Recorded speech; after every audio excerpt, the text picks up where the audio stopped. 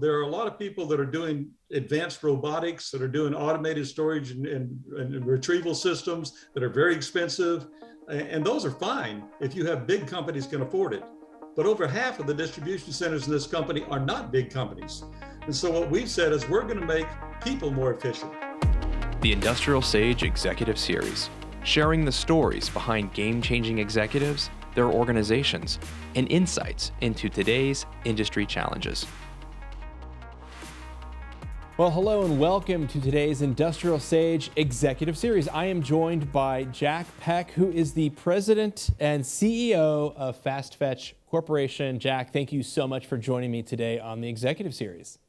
Well, it's a pleasure to be here. Well, I'm excited to jump into today's conversation and learn a little bit more about you and a little bit more about FastFetch. So to start with, for those who aren't familiar with FastFetch, give us a little snapshot of who you guys are and what you do. Okay. Well, my elevator pitch typically is, when you kind of order something online and you hit the enter button and 2 days later it shows up at your house, a lot of stuff happens between the time you press that button and it shows up. We're responsible for part of that stuff. If you wanted to get more specific, FastFetch really produces software and hardware for order fulfillment in distribution centers and warehouses. We take orders, we do a lot of optimization, use a lot of artificial intelligence, and get them out of the door quickly and accurately in a snapshot. Excellent. Well, it sounds like that thing seems to be kind of important these days, especially as online e-com. As I was reading a report how last year because of the pandemic, so in 2020.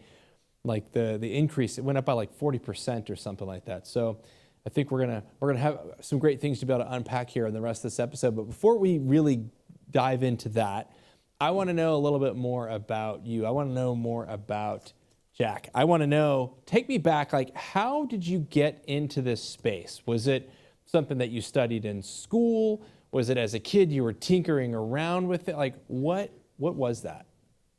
Well, things kind of happen according to things you didn't necessarily plan. When I was an undergraduate major, I was a math major. I did a lot of work. My PhD was actually in petroleum engineering and computer science, a combination of those, which is a long ways away from distribution.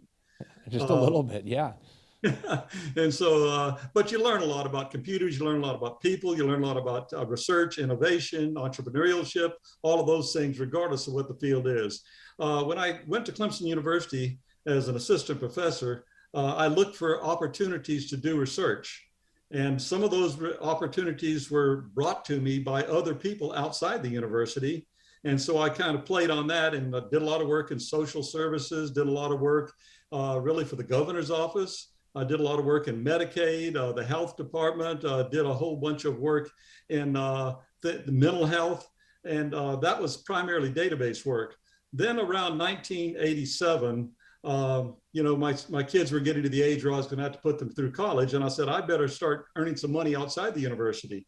And you do get opportunities like that during the summers in education when you're looking for things to do. So I started a company, Foxfire Technologies. And Foxfire actually specialized in manufacturing systems, real-time shop floor control, primarily for apparel manufacturing.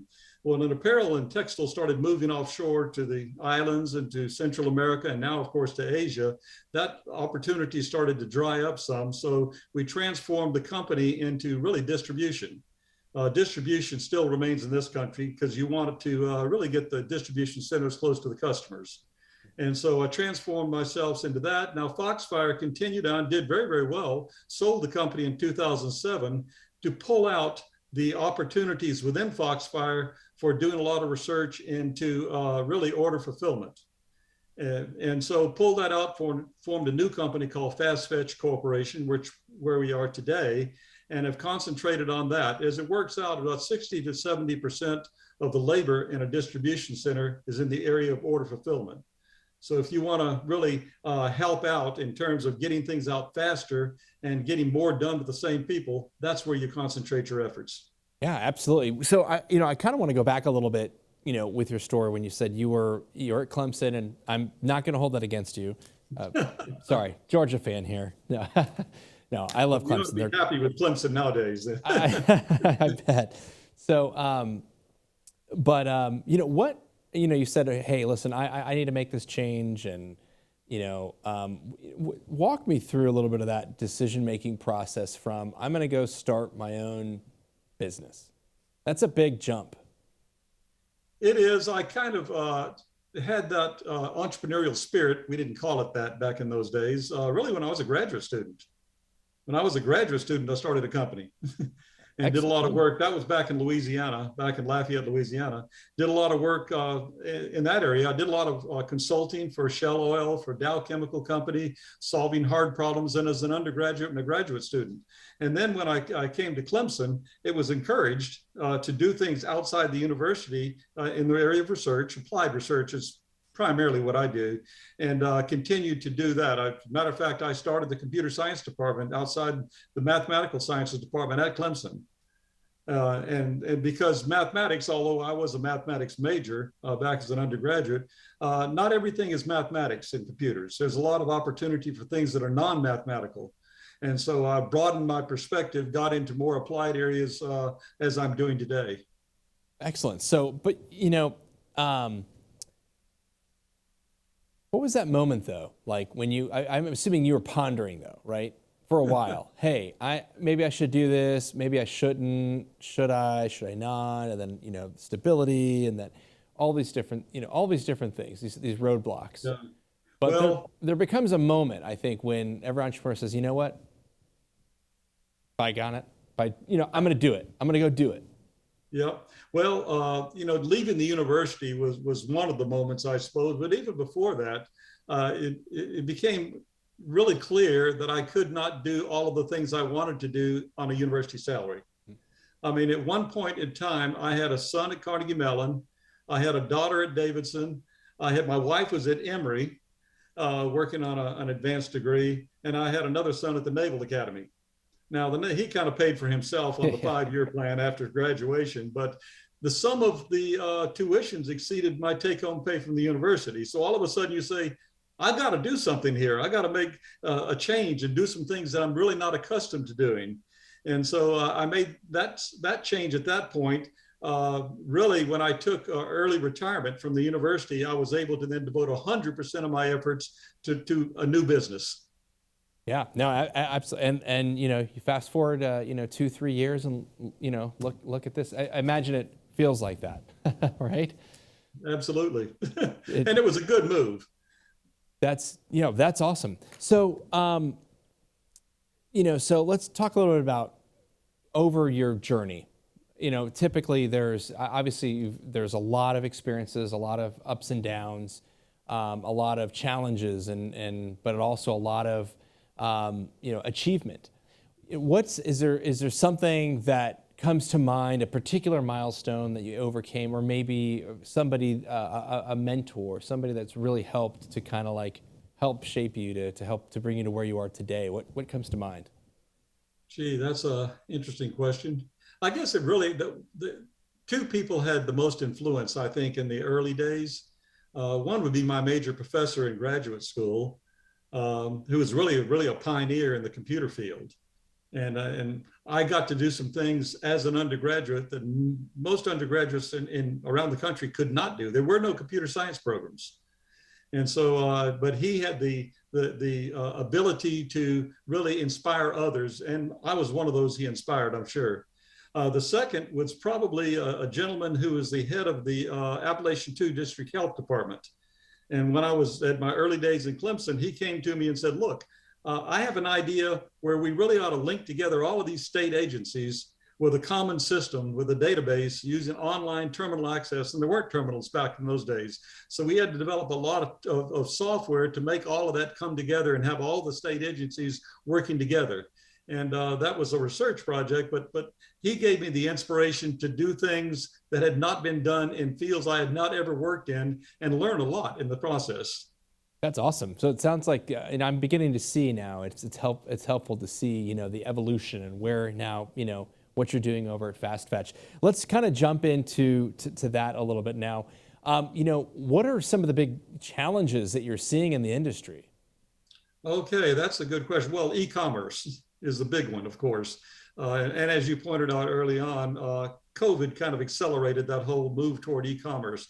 People couldn't get out of their houses. They had to order stuff. And they finally figured out this is a pretty good idea. So all of a sudden it's booming like it never has. And companies that haven't gotten into it, well, a lot of them have fallen on the wayside, as you know, like Sears and a few others of that nature. And Amazon, of course, having a leader who actually said, we're going to make this work and we're going to solve problems that people want solved. Well, those kinds of things really helped a lot. And so we kind of saw this coming early on. We're taking a different approach. There are a lot of people that are doing advanced robotics, that are doing automated storage and retrieval systems that are very expensive. And those are fine if you have big companies can afford it. But over half of the distribution centers in this company are not big companies. And so what we've said is we're going to make people more efficient. We're going to get a 3, 4, 5x increase in productivity out of the people you have. You'll always have some people. So that's what our goal is. And we're going to make it affordable for even the smallest companies that are running vending companies that have a warehouse that might be 600 square feet. And we want to make it scalable so that you can go to the largest companies at the same time. And so those are the kind of solutions we're putting together. And of course, we're seeking patents and have been granted several patents in the area, which allows us to seek some protection against the larger companies that might want to invade our territory, if you will. That never happens, right? So, well, we hope it happens.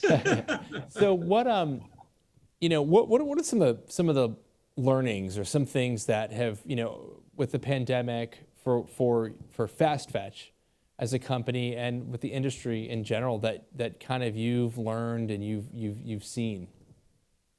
Well, turnaround is the biggest thing.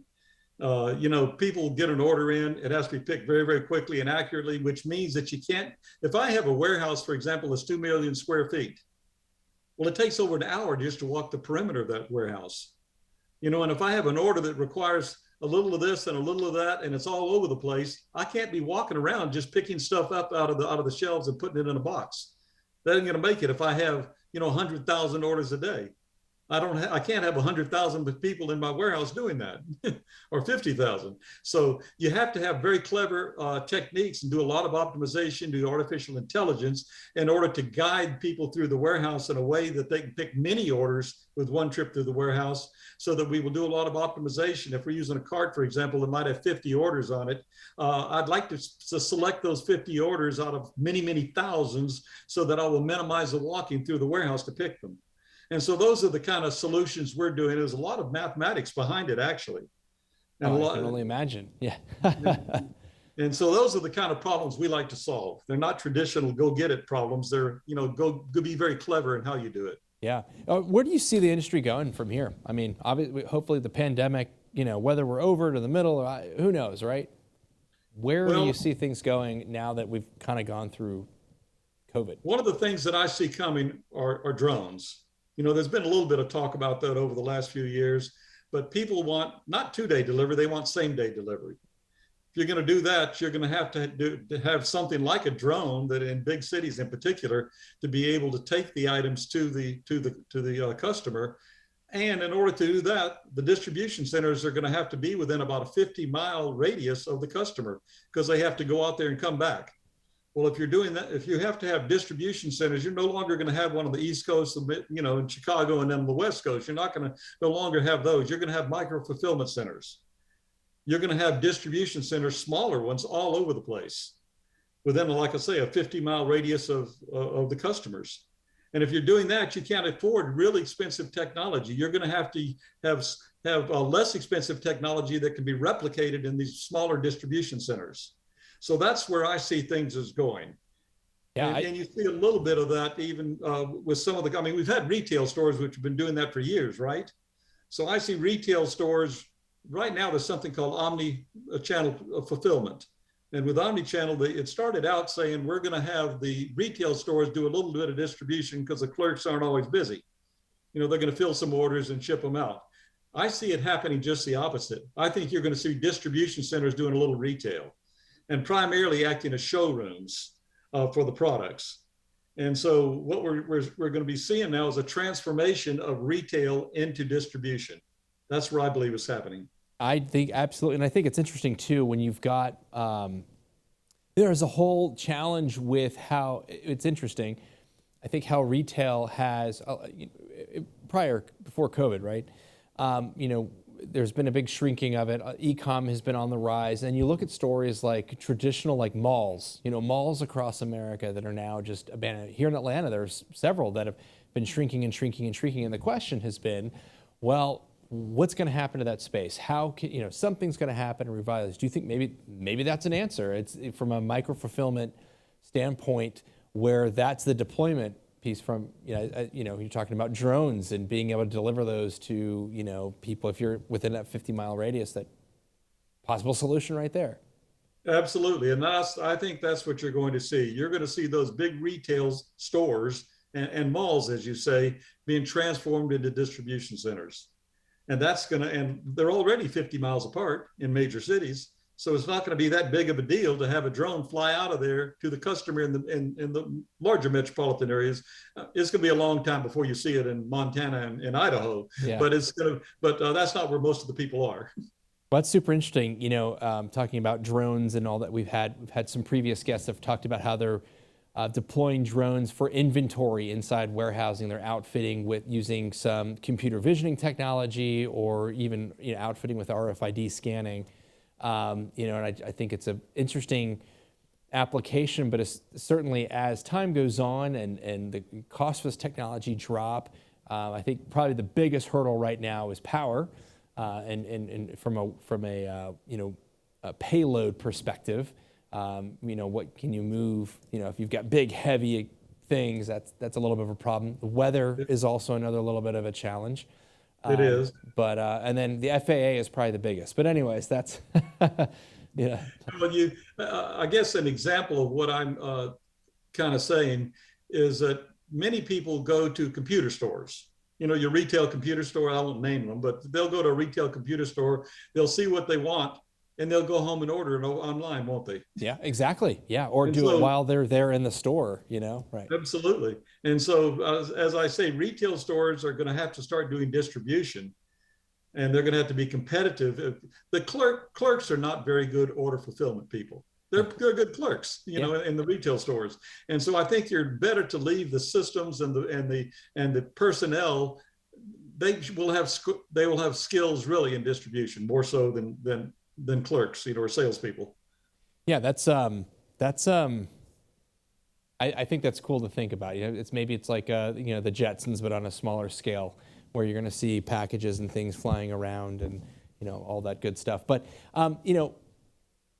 throughout this, you've led this organization for a while. What are you doing currently, or a practice maybe that you've had since day one to really continue to stay ahead of your peers and to really just kind of keep marching forward and keeping yourself, the vision and your mission aligned? What are some of those things? Well, we probably put more than 50% of our time and our resources into research and development. We look at problems that are out there. They may have been solved, but that doesn't mean they've been solved in the best way. So we look for new ways of solving problems, new problems, and I think that's fun personally. If it weren't fun, I would be spending more time out on the lake or out on the ocean. So it's fun to do that. And the people that work for me are very talented. We have a really good group of people, and they have fun doing it. That's why they're working here. And as a result of having fun, we're able to pay them pretty well too. That's awesome. Well, it sounds like you're very passionate about what you do. You know an awful lot about it, and it sounds like you've got some great solutions to be able to help companies to be able to solve some of these big challenges that they're facing. As I'm wrapping up, I kind of want to give you the last word, last opportunity to say anything you want to share with our audience. Well, I guess I would say, work is important, and putting beans on the table is important, but do take time to smell the roses, an old cliche. Do take time with your family, do take time on your hobbies, do take time doing some reading. There will be a time when that will be perhaps all you're going to be doing. So you better practice that as well. All right, I lied. Last question. You mentioned hobbies. I wasn't going to ask you this, but I brought it up. What are your hobbies? Oh, gee. Bunch of them. I guess if I were to put one up at the top, I'd say traveling. Oh, My wife and I have been fortunate to go to China, the Galapagos, Machu Picchu. We went up to Antarctica last year, been to Argentina, been to Namibia. We took a nice river cruise down the Danube from Prague to Budapest. And we took another one from Moscow to St. Petersburg. So I think traveling, not only is it fun, but it also kind of wakes you up and makes you aware of what other parts of the world are doing that you may not have been fully aware of. yeah, exactly. No, I love it. That's fantastic. Jack, thank you so much for your time. This has been, it's been great getting to know a little bit more about you, about Fast Fetched, seeing how you kind of view the world and these challenges that the industry is facing, and also hearing about, what you think, kind of talking about the future. I love that. Well, I've really enjoyed it. Well, thank you again. All right. Well, that wraps up today's episode with Fast Fetch Corporation. We were talking with Jack Peck here. So if you want to learn more about them, they've got some really great solutions. You can go to fastfetch.biz, B-I-Z, and you can check them out to learn more about them. Hey, listen, if you are not subscribed onto Industrial Sage, I highly recommend you can go to the website, industrialsage.com, you guessed it, and you can subscribe today. Why do you want to do that? Because you're missing out on great content like this, where you're going to hear from your peers, hear from executives, learn from other companies and what they're doing. We've got a lot of great content, including our manufacturing news and other pieces that are going to be coming out as the months and weeks continue. So thanks for watching, and I'll be back next week with another episode on Industrial Sage. Thank you for joining us for this week's episode. Get notified every time there's a new episode by signing up for our email newsletters. You can also subscribe wherever you get your podcasts. And while you're there, please leave us a review so more industrial professionals can find us. Want us to tell your story? Go to industrialsage.com. This week's episode was produced by Rika Wiersma, filmed and edited by Optimum Productions, and our executive producer is Danny Gonzalez. Thank you for watching Industrial Sage.